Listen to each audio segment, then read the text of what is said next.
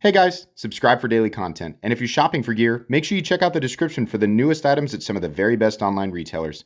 There's also links for some of the items that I personally recommend. Thanks! What's going on YouTube? Metal Complex here, and today I've got a really short knife review / knife overview to share with you guys. This is the Kershaw Heist, but in S35VN and G10, which I believe is a Kershaw website exclusive. The Kershaw Heist is a really good knife, and I think the standard one comes in D2 and injection mold plastic, and it's fine, right? But because of the materials here and the price point, I just think that this is really good, and it's going to really nail it for a lot of people. So if you don't want to sit and hear my thoughts on it, I mean, truthfully, I'm going to recommend this knife. But if you do want to hear my thoughts, and I'm going to go through it here real quick. Thanks so much to Kershaw for sending this in. Thanks to my patrons for supporting me. Please make sure to follow me on Instagram at metal_complex and on TikTok at _metal_complex. I've already reviewed this knife. I've already done specs on it. It is literally the same thing, but instead of injection mold plastic and D2, it's G10 and S35VN, but I'll do this again anyway, just for people who haven't seen it. 7.6 or so inches overall. It's a little over 7.5. Blade length is about 3.25. Cutting edge is also about 3.25. Just a couple of size comparisons today. Any custom skills you find in this section can be found down in the description under Original Goat and Others. 80-10 and 80-20.5. Close to the size of the 80-20.5, up against the Spyderco PM2 and the Spyderco Para 3. Once again, definitely close to the size of the Para 3. And then finally up against the Benchmade Griptilian, or in this case the Ritter Hogue and the Hogue Deca, closer to the size of the Hogue Deca. How is the action? Actually, really, really good. This is very, very easy to manipulate. I think Kershaw can do a great crossbar lock and also a reliable crossbar lock. Couple of light taps there aren't going to make it disengage, and that's all that's really important to me, because when I use a knife, the pressure's on the blade. Let's go ahead and do carry profile. The thickness up against the Spyderco Para 3, it's actually a little bit thinner, length and height up against the PM2 and Para 3. This is not a difficult object to carry. It is just large enough that I won't forget it's in my pocket, but it's lightweight and compact enough that it's just a really comfortable experience overall. Weight on this knife, again, like I said, it is G10, which does feel substantially better than the other version. And we also have these backed up by full nested steel liners, which is really, really nice. That gives it just a little bit of excess heft and solidity, make it feel like a much higher quality item than the less expensive version. This comes in at a little over 3 ounces, which 3 ounces is my line, where it's like it's ultra lightweight, and anything less I don't even notice, right? Balance on this knife is right behind the pivot. Honestly, just really good all the way around. The addition of the G10 and I honestly don't remember if the standard one has nested steel liners, but the G10 scales on this just make the whole knife feel so much more solid. Not to say that there's anything wrong with the base version. It's still very good. If you look at it and you're like, I like that price tag better, hey, go for it, because the Heist is really good. Hardware check, I'll get out my tools. As per usual, my tools are very inexpensive and very recommendable. You can find them right down in the section of my description that talks about the tools I use in this channel. Most likely the pivot's going to be a T8. And then we have a whole bunch of T6 screws. One in the middle, unfortunately, and I'm not sure why. That is odd to me that they needed that to be there. But okay, it's there. And you know what? It's not that big of a deal. This Axis lock style knives or crossbar lock knives are not the most fun to take apart, but they're plenty doable, right? As long as you have the right tools for the job and some patience, should be good to go. Let's go ahead and measure the blade stock thickness real quick.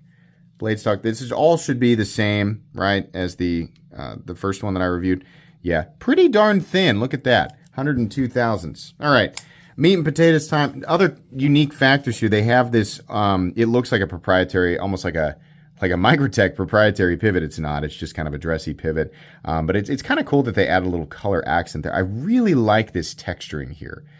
They're like tiny duck, I don't know, like duck footprints. I don't know, but it's really beneficial texturing. It's really nice. The lock-in on this knife is also very good. It's very comfortable. It feels very familiar, like a combination of many popular folding knives over a long period of time. I also like the pocket clip because it's shorter. It has just a slight bill that's been knocked down. The pocket clip is also ambidextrous, so left and right-handed people, right? You can manipulate this the same way. It is beautifully, beautifully easy to manipulate. S35VN, still to this day, one of my favorite EDC steels ever. It's really nice that, you know, we can get super steels like S35VN at this price point. The Heist is made in China. 5 years ago or a little more, right? If you haven't bought a Kershaw knife for that long, you probably remember that their Chinese stuff was extremely hit or miss, and truthfully, even their American stuff was very hit or miss in the fit and finish department. I don't know what changed, but every Kershaw that I've handled over the last couple of years has been absolutely phenomenal. Their American stuff, their Chinese stuff, it's all great, right? This is beautiful, and it's up to par with every other, you know, major heavy hitter from the, you know, Chinese production knife world.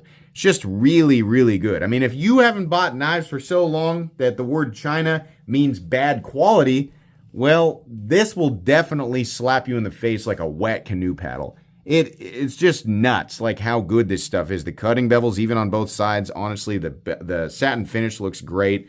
Everything about this knife looks really, really good, feels good. Seating of the hardware, the lockup, all of that is just awesome. It says Kershaw here. On the other side, there's kind of a wall of text, right? Not too bad. In-house design, that's what that little Star Wars spaceship kind of thing looks like. What does this say down here? Oh, it says China. Yeah, of course. I do appreciate they kept that small, though, right? I just wish that everything else could be small or eliminated, but whatever.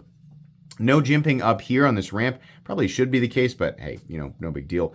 Everywhere on this knife is comfortable. Nothing feels uncomfortable. It all just feels good. Obviously, if you have much larger hands than mine, I wear an XL glove. So if your hands are bigger than mine, this probably isn't going to work for you. But if your hands are my size or smaller, it's extremely, extremely comfortable, right? We already talked about the pocket clip. There is a lanyard hole for people who still like lanyards. There's a stop pin back here. No shouldering, doesn't need it. No blade play whatsoever. Up, down, left to right. It's all great. No pivot lash, right? Very smooth and consistent in here. And about what you'd expect right here for what's acting as the detent. It's typical. The knife comes in at $120, which is good. I could have sworn at one point it was $99. I really wish that this was right there at that, like just shy of 100. But at $120, I'm not mad. And that's a really hard price point to nail down. Usually companies like Kaiser are offering some of the best bang for your buck between $100 and $150, right? But if you've been a part of the, you know, knife world for a long time, then you know that price point's a little weird. A lot of the best stuff is either substantially lower than $100 or substantially higher than $100. So that weird spot, $1 to $150, Kaiser does a pretty good job there, but you know, everything else is real. Even the best stuff is kind of you know, there's plenty of reasons to go up or down. This might just be perfect for a ton of people. It really is a great size. It's got great materials. It's plenty reliable. It's ambidextrous. I think this was a really good idea. I know that they made that iridium in titanium and 20CV or 20CV in carbon fiber. I think they had two versions of it. And I think it was right around $200. So doing things like this where they do G10 and S35VN and it's made in China keeps the price down there where it's like a big thumbs up from more people. Obviously not everybody. There's still plenty of people in the knife world that consider anything over $50 to be horrifically expensive for a pocket knife. And that's fine, right? But I know that there are tons and tons and tons of people shopping in that $100 to $150 territory. And, you know, it can be a bland territory and it can be a little bit of a confusing place sometimes. But I think this is very straightforward. It's just a straight up good deal. This is just a good knife, a good design, a good price that makes sense, good materials, all of that. Very recommendable. This is going to go on my most recommended knives playlist. I would genuinely recommend this to pretty much anybody. This is one of those knives where, you know, I can point to it and say, here's a reason to spend a little more on a knife, right? This is a fantastic product that you really will get your money's worth out of it, right? So yeah, that's going to be it. Really, really awesome stuff. No surprise, Kershaw's been just absolutely like knocking everything out of the park here lately. Really, really cool to see Kershaw doing so well, at least from my perspective.